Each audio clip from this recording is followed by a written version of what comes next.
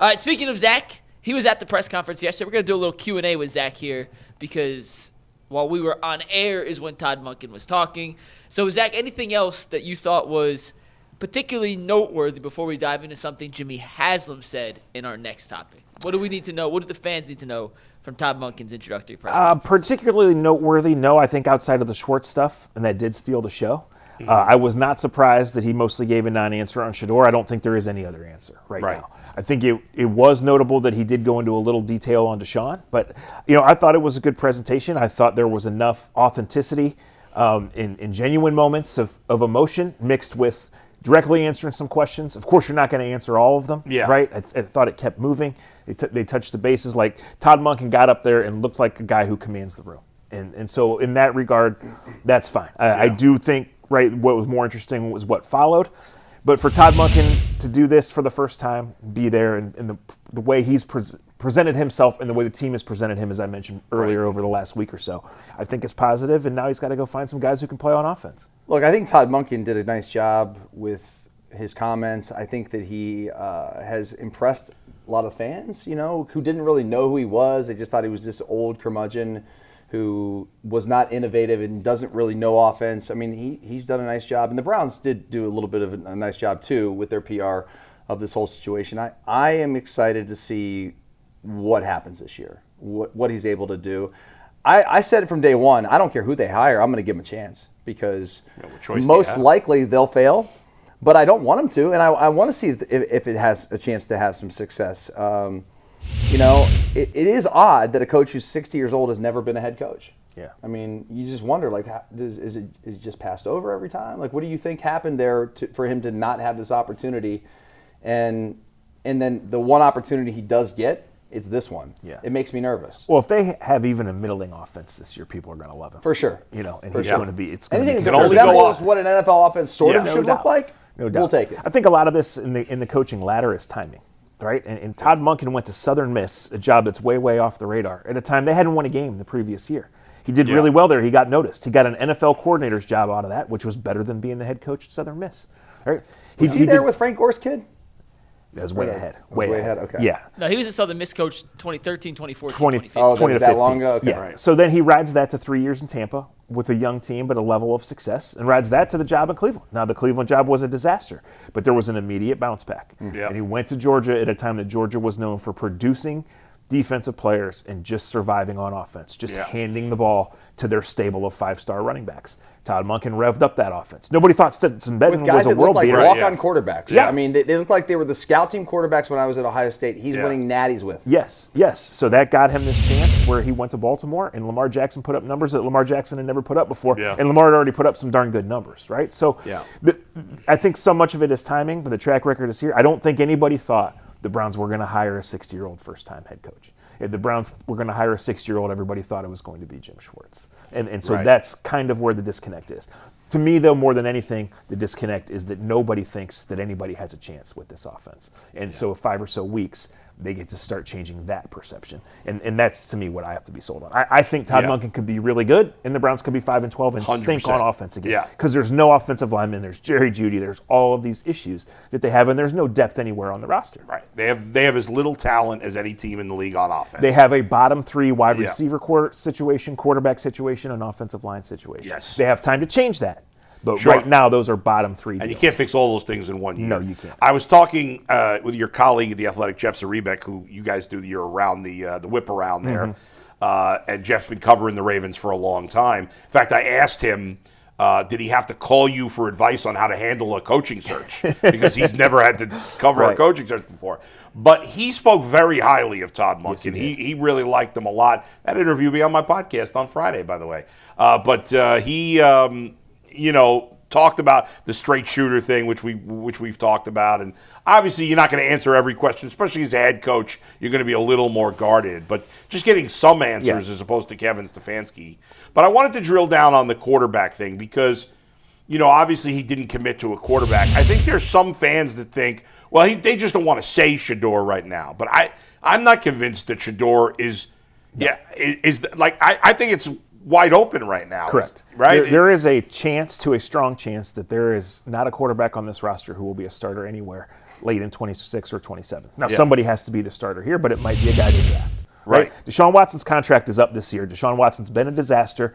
You play him, it's embarrassing. Everything about him in that situation is embarrassing. What can you do? Like, let's say he did play decently. What are you going to sign him? Right. Shador is talented. He's worth further development. He's a long way away. There's as much chance that he's a total flop as there is that he's a star. Right. There's probably more one other direction. Yeah. We've seen Dylan Gabriel play in the NFL. No thanks. He can't do it. No, he cannot. So that's your quarterback situation Right. as of right now. So, of course, it's their job to go explore every avenue.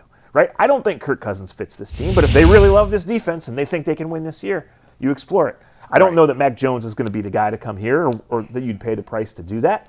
But with the numbers, it makes a lot of sense. And if you think Mac Jones is a starting quarterback in this league and you don't think the other three guys are, right. it's your job to explore it. And I guess, we talked about the Cavs earlier and the fact that they're all in. They're going for it. They want to win. The Browns often have not done that, even though they spend. I guess the question is, if you added Kirk Cousins, if you brought back Jameis Winston, if you went and got Kyler Murray, like, you could be a competent team with those guys. Yeah. Maybe win 7, Maybe you could. Maybe, Yeah. right? Like, if all breaks well, but you're not winning in the playoffs with any of those guys. Right. So is it worth it? Do you want to be Correct.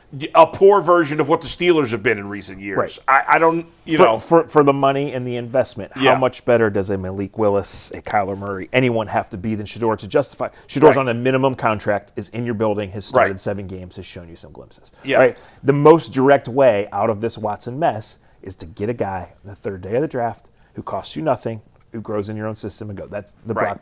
Find your own Brock Yeah. Purdy, right? It's happened like twice ever in the NFL. But when you have him there, he's worth more development. Yeah. You just have to keep in mind there's no guarantees here. And then you have to weigh that versus every other avenue. Yeah, Because right. every other avenue is going to cost you something. That's Kirk right. Cousins is not really going to cost you anything, but he's 41. Right, yeah. Like, if the goal is only to win the most games possible next year, there are better options. But if the goal is to try to develop into a team at some point that can be a real legitimate contender year in and year out, the best option that I can see is Shador. And I know they're an easy this target point. right now, but this one thing complicates this conversation. Last year, the way it played out, it showed they really didn't have any plan. Right? That They is signed correct. Kenny Pickett, who nobody else wanted, or they traded for him. Yeah. They signed Flacco. They bailed on him after a month. Yeah.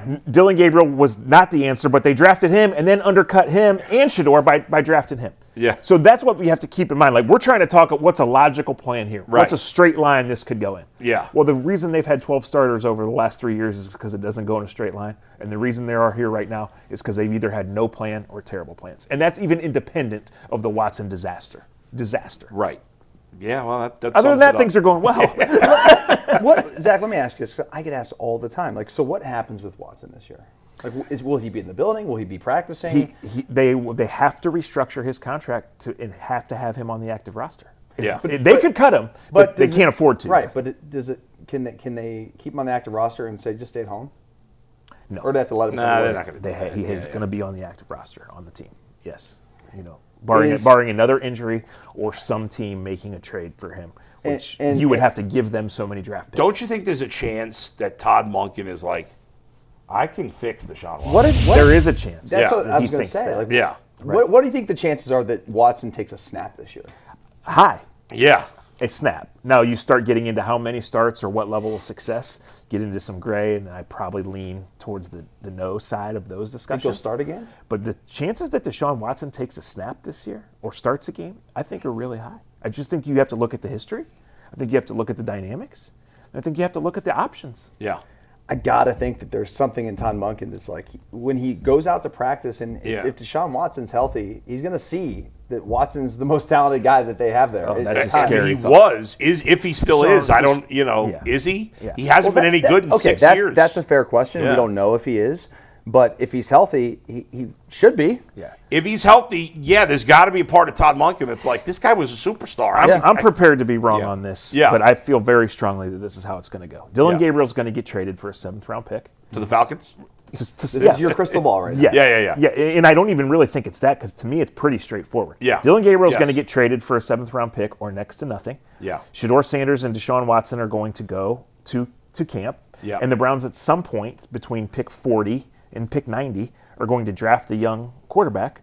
to be in the mix, and they're going to have a set plan this time to where Hopefully. that third quarterback Yeah. is the third option. However, if he outplays the other two, or if other circumstances come in, Yeah. that could change. Now, could we swap out that third-round quarterback with a Trey Lance, a Kirk Cousins, someone else who's had a little bit of experience and becomes available? Sure. Yeah. But I think that is way more likely than Ty Simpson at 24. Right. And I think that's way more likely than a significant move for a Mac Jones, which would include giving up a premium draft pick, or Malik I Willis, wouldn't which do would that. include a big commitment. Malik Willis played himself out of being cheap and on a one-year deal. Yeah. I'm not interested. If I'm the Browns, I'm not interested in Malik Willis or Mac Jones. Not with the price it would take to get him. 'Cause- Right, you have to think that that's your guy. Yeah, Like, and right. I don't think it's likely that either is the guy. And you if know. even if you think that, you still have to outbid other suitors. That's Because true. a quarter of the league, 10 teams change coaches, and a quarter of the league still has no real answer at quarterback, That's at true. least past going. Pittsburgh Yeah. brings back Rodgers and tries to develop Will Howard. That's one team that's out of the top of the mix. Right. But they're still looking. Yeah. They're still in the window shopping. Right. You bet. Indy, Arizona. There's a bunch. The Jets. Right. Like, what does the league think about Anthony Richardson? We don't know. Yeah, Like, I don't know. what do the Colts and the Chiefs think about their temporary situation? Like, there's all Right. sorts of shoppers. Yeah. If you're the Chiefs and you think Mahomes can't get back till next November, don't you trade for Mac Jones?